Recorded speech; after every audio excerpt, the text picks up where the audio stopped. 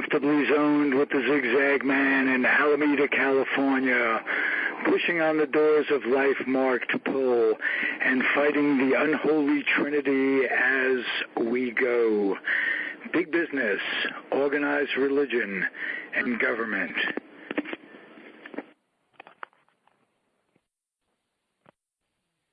I am back, and you are comfortably zoned with me, the Zigzag Man, from Alameda, California, right across the bay from San Francisco. And it's a special day for the old guy. The New York Mets are in the World Series. Now, you could only say that once every 10 years on the average, and the years that you're not saying it are very frustrating as a Met fan. And I'm lucky enough to have on my show today someone who really knows those feelings, because he's a Mets fan. He's an author, and his name is, he's coming back to the show. You're rejoining us, Charlie Vassarello. How you doing, Charlie? Yeah, Ralph, you say it Vassarello. But thank you, just the same. Okay. It's words are difficult for me, but that's people always the way. You know, the way Italians pronounce things, it always sounds so exciting. Talk to me. I'm a Tikachinsky. You're a Vassarara. I'm a Tikachinsky. It's the difference there. But you got that great attitude, and when you were on before, I was so enthralled by the topic because you wrote a book for kids, and you took it to the major league venues this year. Tell me how that went, and tell me what it was all about. The book itself is tremendous. It teaches kids how to keep score and how to look at the game in a different way, in the correct way that they haven't been taught before. What do you say? Yeah. The book's called At the Ballpark, A Fan's Companion. And thanks for bringing this up again, Ralph. I'm happy to talk with you about it. It has been a few months since we spoke, and we've done a lot with it since then. When I last spoke with you, we were at the All-Star game in Cincinnati, and I was showing the book around at the Fan Fest. And, the idea of this book, it's an activity book. It comes with its own pencil. And you turn the pages, and it takes you through the process of being at a game, from the second you arrive until the last minute when you leave, and everything in between. It explains what's going on out in the parking lot, what's going on around the stadium, in the stadium, up on the scoreboard, what you should be paying attention to, and how to stay engaged with the game, how to learn about baseball while you're watching a game. And today, there's a group of minor league owners are discussing using the book in a league-wide promotion. And I've got my fingers crossed today because I'm hoping they are going to pick it up and use it in their upcoming season. Ideally, we want to see them give it away to kids when they get to the game. They hand it to them on their way in, and the kids sit down and watch the game and open up the book. So that's what we're shooting for right now. So that's beautiful. You got to know, talking to my listening audience, that the only thing that's going to assure that baseball survives is the folks that are into it passing it on to their kids and their grandkids. Because if that's not done, the marketing takes over, and you got basketball, and you got football, and you got all these sports, the X Games and all this, hockey. Baseball is still baseball. And anybody who's been to a baseball game with their grandfather or their fathers and has memories of that, you can't take those memories away. And that's anything that assures that the kids are going to have that passed down to them, that's terrific. And that has to be very, very satisfying for you because you think along those same lines. Oh, yes, that's really what it's all about.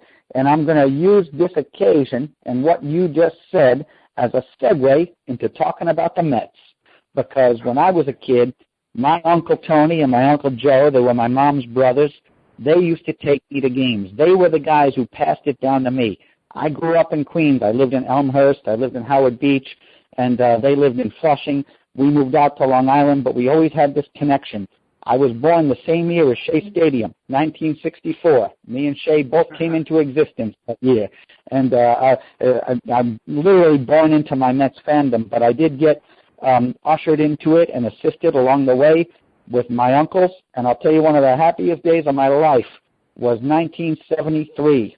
And it was my first taste of postseason baseball. I was a little too young in '69 to quite understand what was going on. I was only 5 then. But in '73, I was enthralled by the '73 Mets and the crazy pennant race down the stretch. And I went with my Uncle Tony to Game 3 of the 1973 NLCS. And this was the game when Pete Rose and Bud Harrelson got into their celebrated ballyhoo out there at second base. It was one of the great baseball brawls of all time. And whenever I reference that game and say I was there, everybody says, "Man, you were there?" So, well, I was at the 6th game of that 1973 World Series, played in Oakland, and Jack Benny threw out the first pitch of that game. He was brought in by Charlie Finley. And the Mets lost that game, and I knew they were going to lose game number 7. Yeah, that was a heartbreaking series. I remember those games as well because they threw Stever one day early that day when you went there. Right. They moved him up in the rotation, and then they let Matlack pitch 7, and I always felt like that screwed with both of them. Yes, absolutely, because pitchers are routine-oriented, and you mess with that, and it's going to mess with their heads, and pitchers have fragile heads that way, and it just didn't work out. And I had this premonition they were going to lose the next game, and they did. And that was a wonderful team. Milner at first base, and you had Rusty playing right field, and Yogi in trouble all year. They were talking about firing him. They did a thing in the New York Post that year. I don't know if you remember.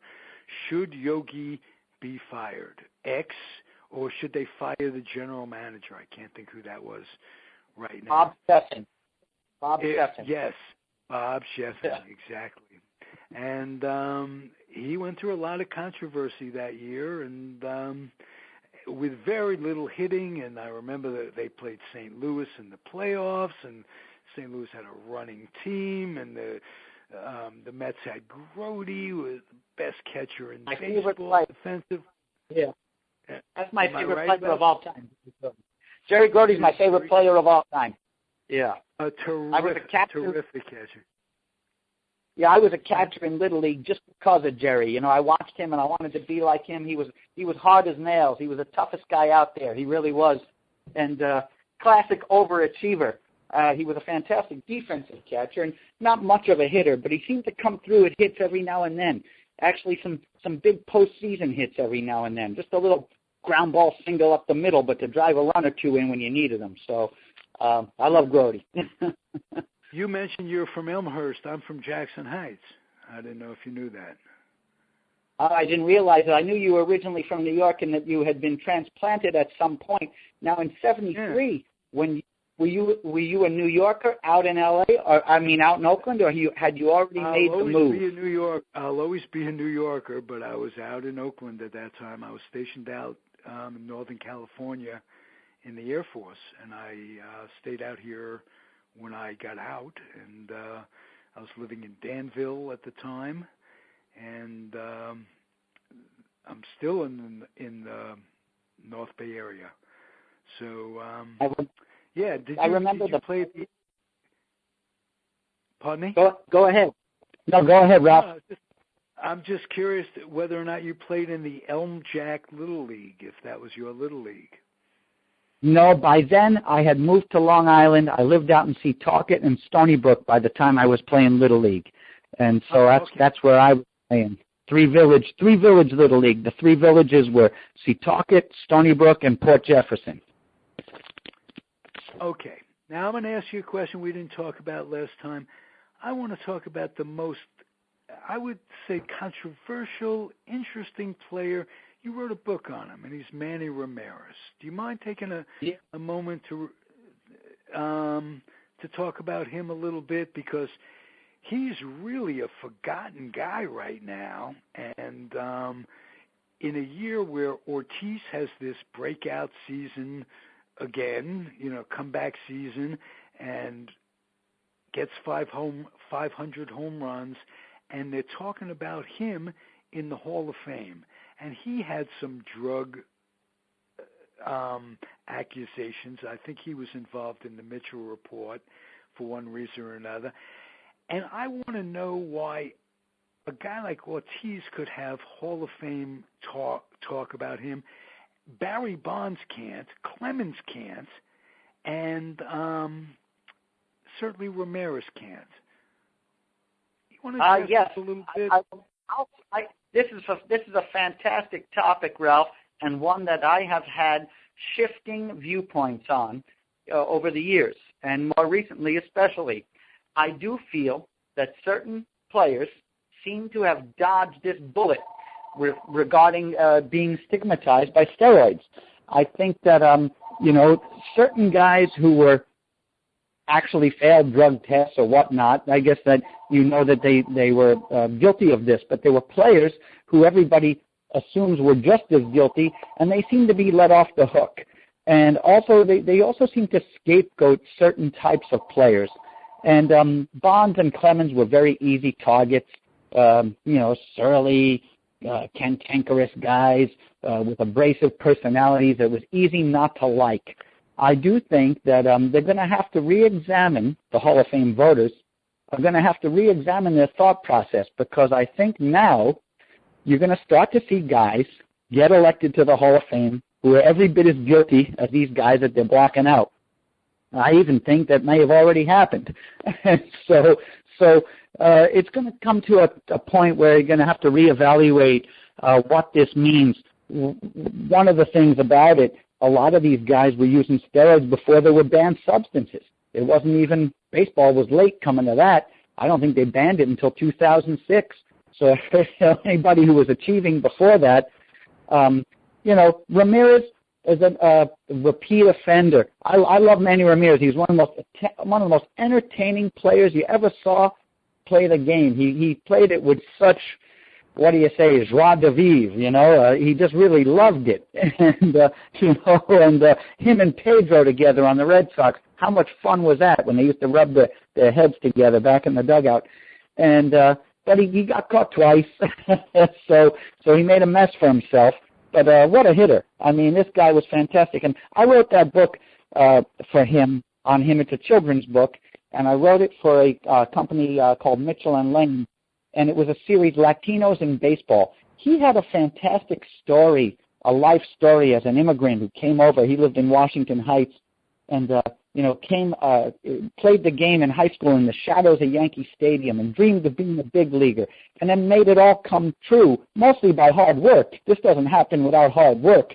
That we can talk about the steroids later, but he had made himself into a great hitter by the time he was 17 years old. He was already bound to be one of the greatest hitters of all time. So I still like Manny. Well, is there something about him that you could tell us that we don't know as fans? I think one of the nice things about Manny, and he's got all sorts of stories and different types of reputations, but he seems to be a very grounded family guy in my research. He really loved his mother and his sisters. They were the center of his universe. He had a very big extended entourage when he lived in Boston. He lived on top of the Ritz-Carlton Hotel, and he rented the whole floor up there all the time so that when his friends and family could come, they'd have rooms at the Ritz. So very generous, fun-loving guy. My favorite Manny Ramirez highlight of all time, and I was at this game in Baltimore, he goes back to left center field to catch a ball, one of those ones that's going over the wall, one of those pull-it-back-in catches. You know what I'm talking about, when you reach over the wall. So he's up there in mid-flight. He's making this catch, and right in the front row behind the outfield wall is a couple of guys with Red Sox jerseys on. This is in Baltimore. While he catches the ball, he has the presence of mind to give one of the fans a high five while he's in the air. Then he comes back down and lands and completes a double play. He got Kevin Millar off the bag on first base and threw the ball all the way back into first base. It was the most spectacular thing I've ever seen. In between the catch and the throw.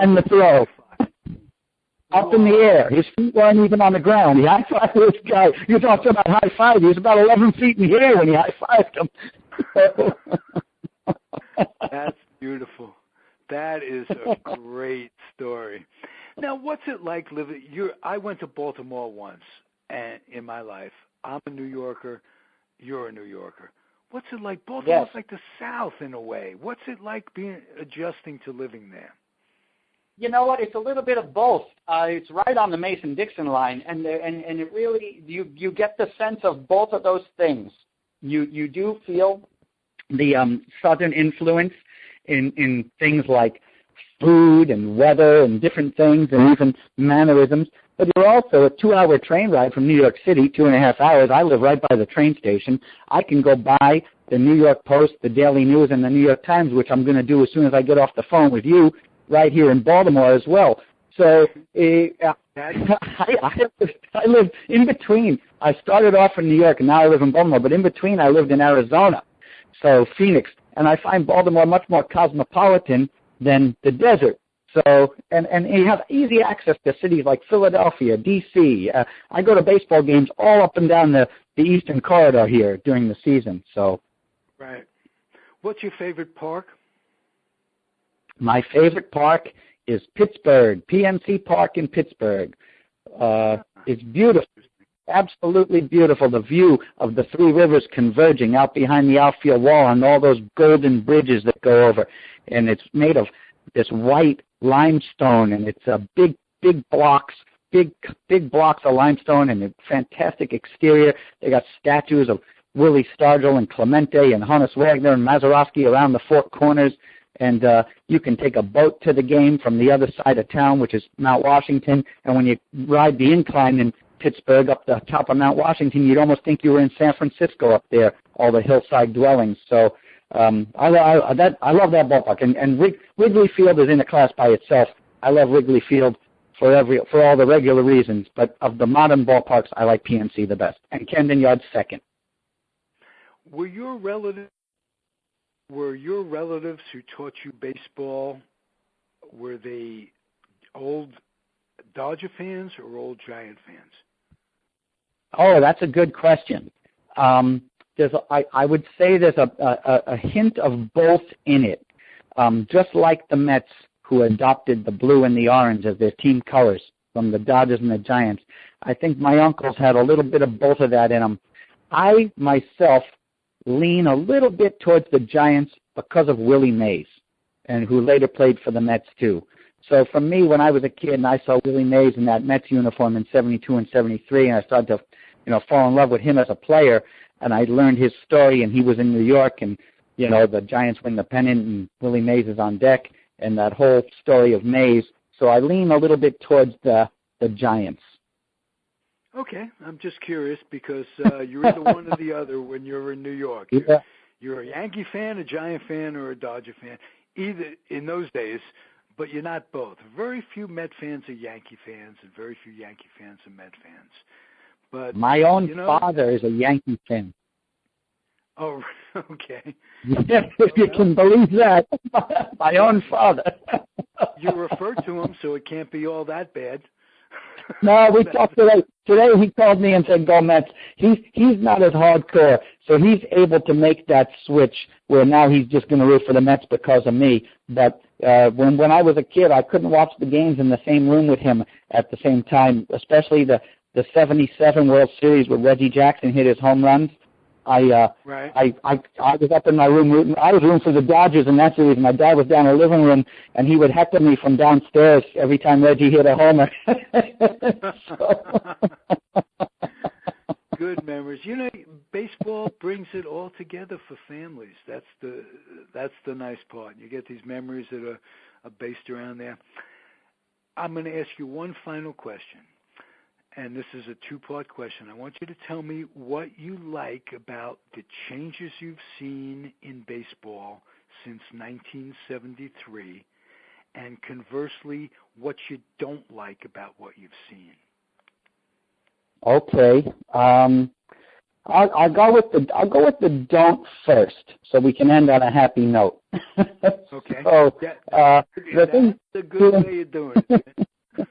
Thanks. You got a good New York brain there. You want to go out flying.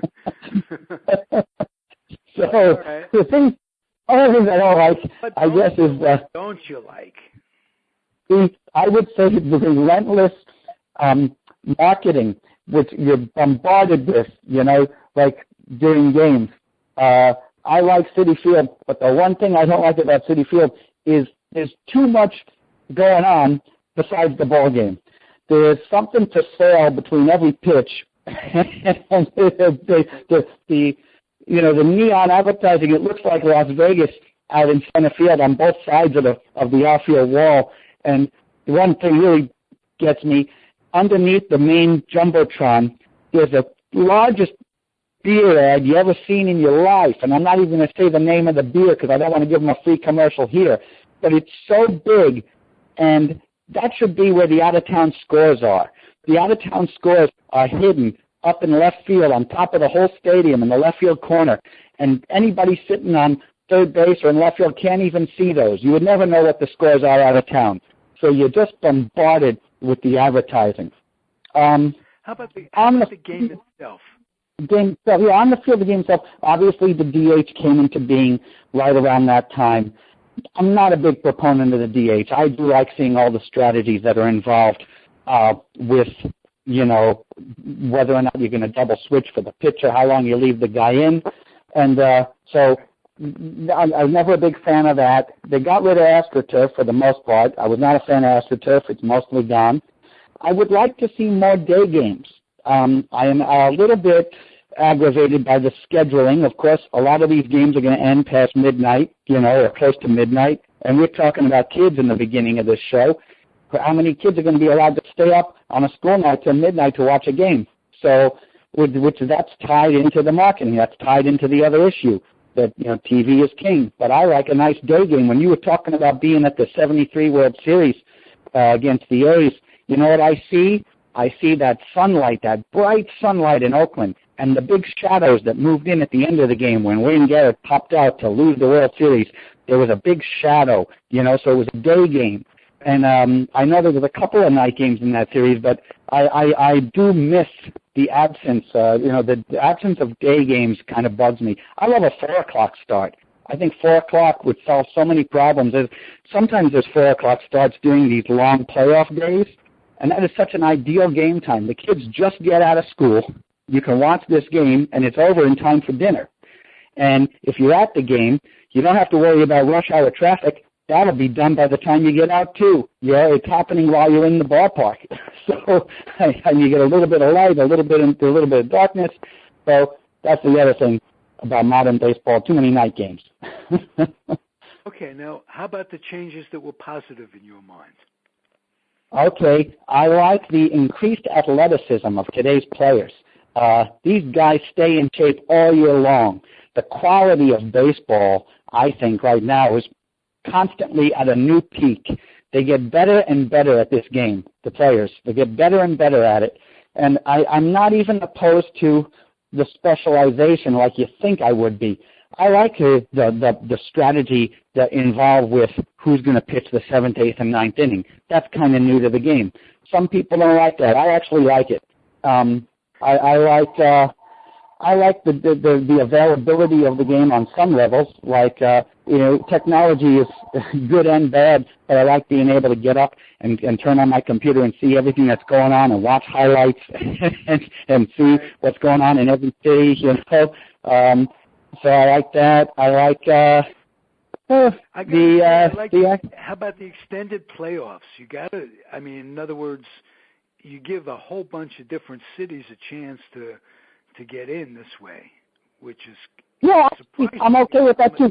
I feel tough about the one game. The one-game wild card game is so unforgiving. I wish they could find a way to make that into a 3-game series because the poor Pittsburgh Pirates, So that's one issue I have. I'm not necessarily opposed to the elongated playoff system, but I'm okay.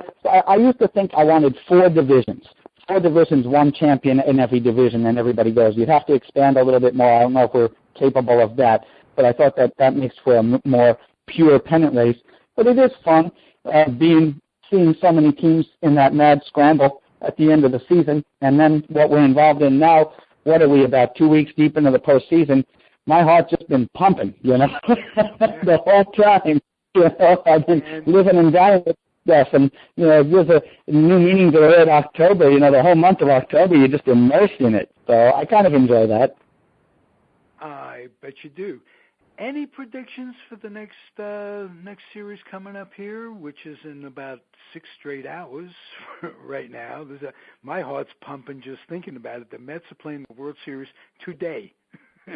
Right? Today, that was my working thought. When my head came off the pillow, that's the first thing I had on my mind today. So, but I will say this. The second thing I had in my mind, but gotcha.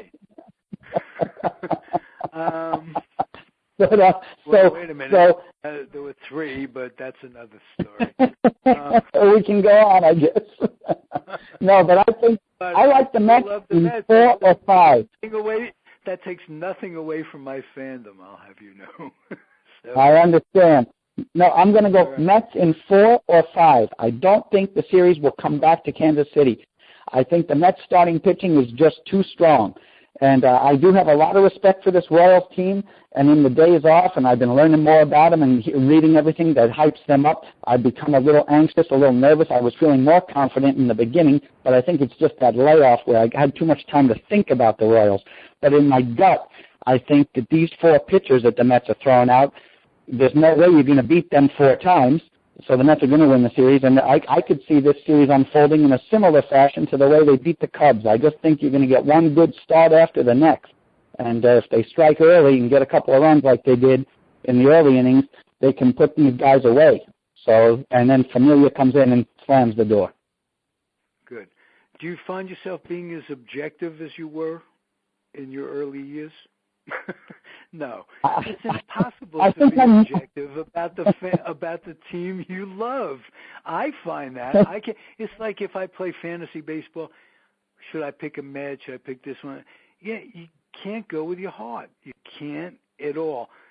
That said, I still feel that this Met pitching staff is so overpowering, and I don't know how long it's going to last. I can't see this being a dynasty because in an age of free agency and the craziness like Steve Boros and all that going on, and the Wilponsis or another thing that how they let this happen. Alderson must be a genius. How the Wilponsis let it get this far for the positive. Now, that's a very side issue there. I have a little trouble with that side issue because I'm not a big fan of ownership, but I do love the team. But I know what you're saying. See, almost if they lose, you go, well, but no, it's not the owner's team; it's the fans' team, and that's another thing. Teams moving should realize the team is the city's team. It should be eminent domain. You shouldn't let happen what has happened in the past with, say, the Giants, the Dodgers, the Braves moving here to there to there. It's crazy. Because kids get to be 11, 12 years old, like I was when my Giants left. And there are a lot of kids that lose their team at an age when you don't want to be losing your team, let alone as an adult. But, for a kid, it's something really special. And then take team. Talk about trying to keep them as fans. That's one way to lose them right there, I'll tell you. So. Right. Oh, yeah. That's what amazes me about Washington. They've had 3 franchises in my lifetime. So, go figure. Yeah. No, I don't know. I mean, they're a very fickle fan base. I'm right down the road from them, and I feel like even just the lingering disappointment of this year and last year is already starting to eat away at a very fragile fan base. in D.C. Right, well, you had Baltimore. They were taking away Baltimore's fans, and I wonder how that worked out. Is there enough room for both in that? I think there is, actually, and I think 2012 was a very good barometer for that. The Orioles came back to life in 2012 and started drawing fans, and at the same time, the Nats also, both teams were like 1 out away from making it to the World Series that year, and so and both of the ballparks seem to be doing well during that. Obviously, winning, cures all ails, but I do think that there's enough people. I think there's enough people in the region to fill both those ballparks. So I think that was a concern in the beginning, and Angelo's got a deal on TV because of that. But I think that the Nats have developed their fan base, whatever it is, kind of there's a transient nature to the people who live in D.C. So they come and they go. The people who are living there go to the games, then they move.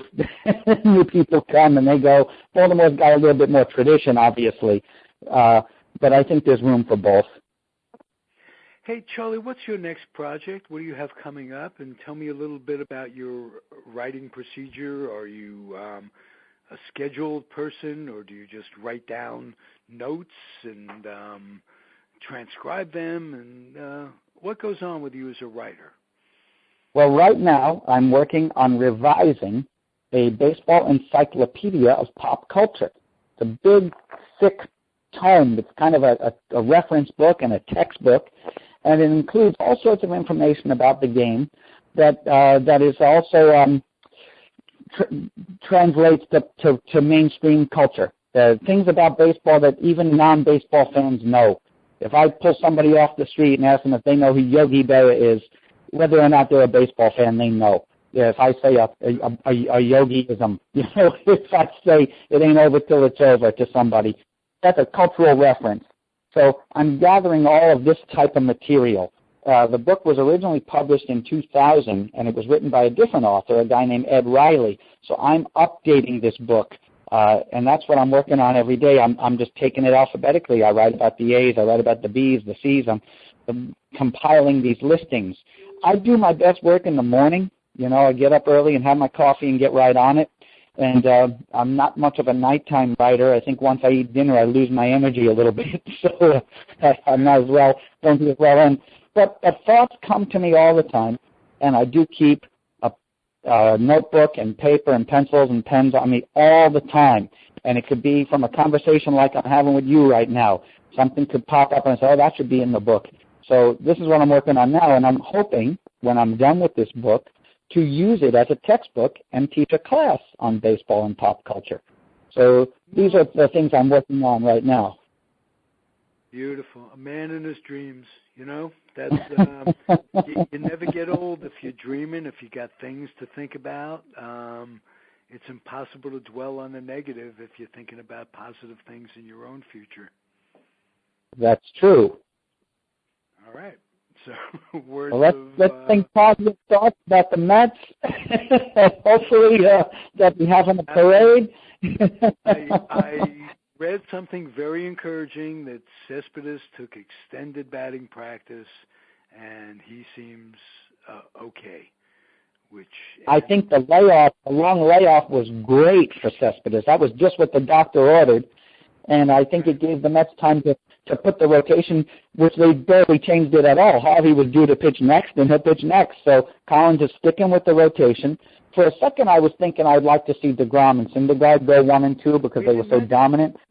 I think DeGrom, based on what he's accomplished, is the best Met pitcher so far. I mean, he definitely is. But I like the vote of confidence given to Harvey. Right. Yeah. Harvey started game 1 of the Cubs series, and he came up big time and set the tone.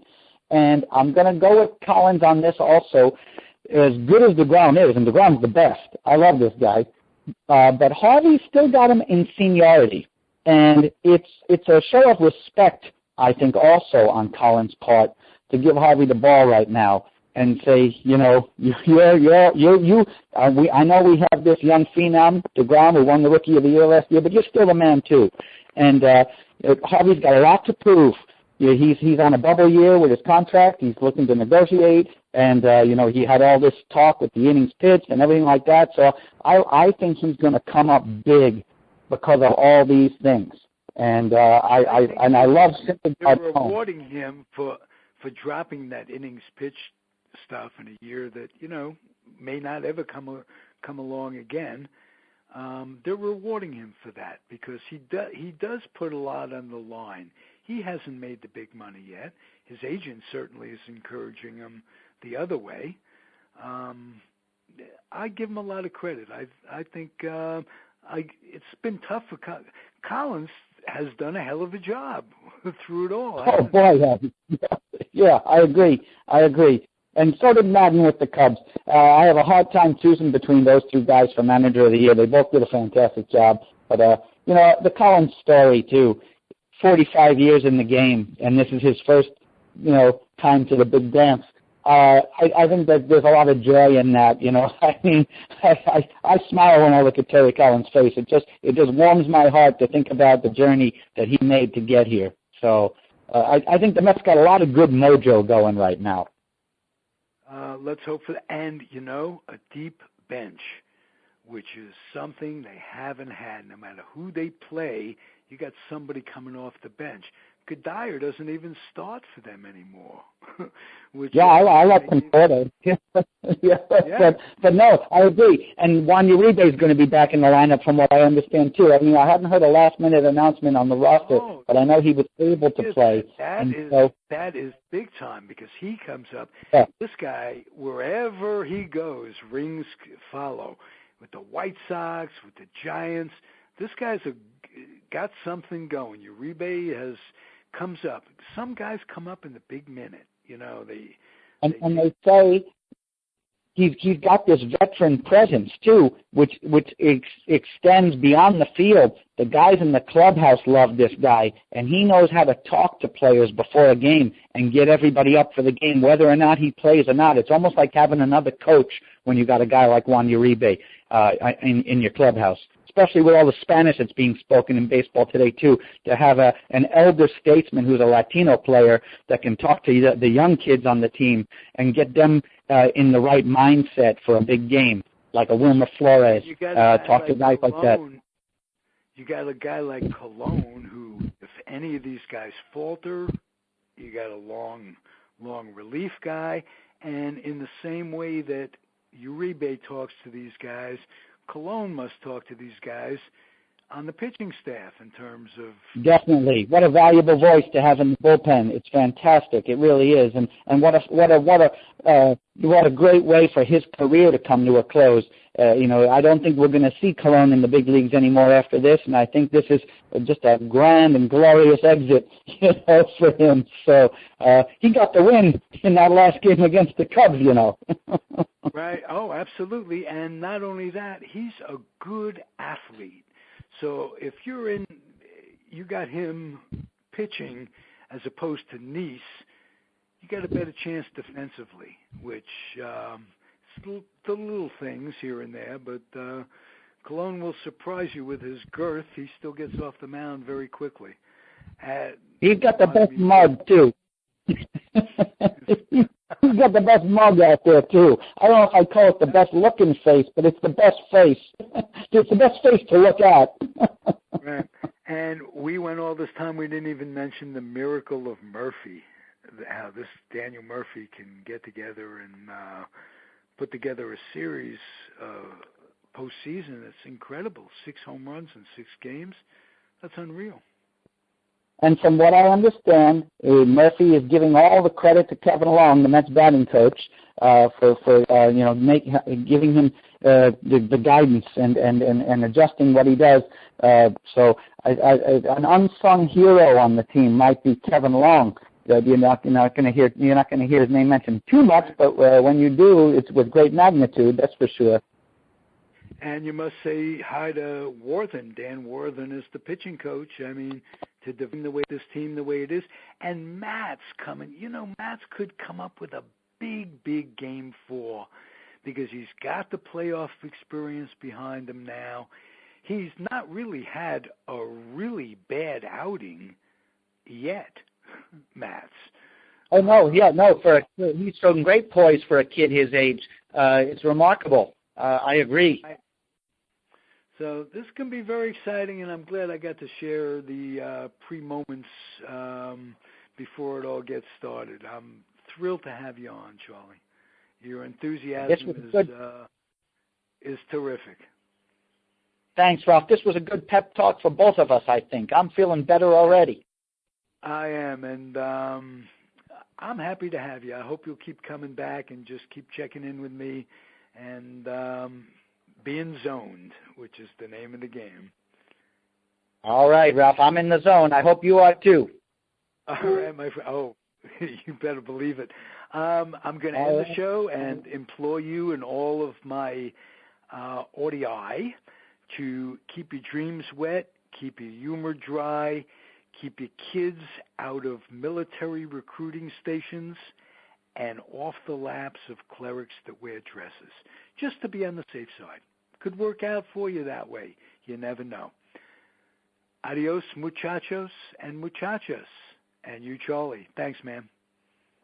Thank you. All right.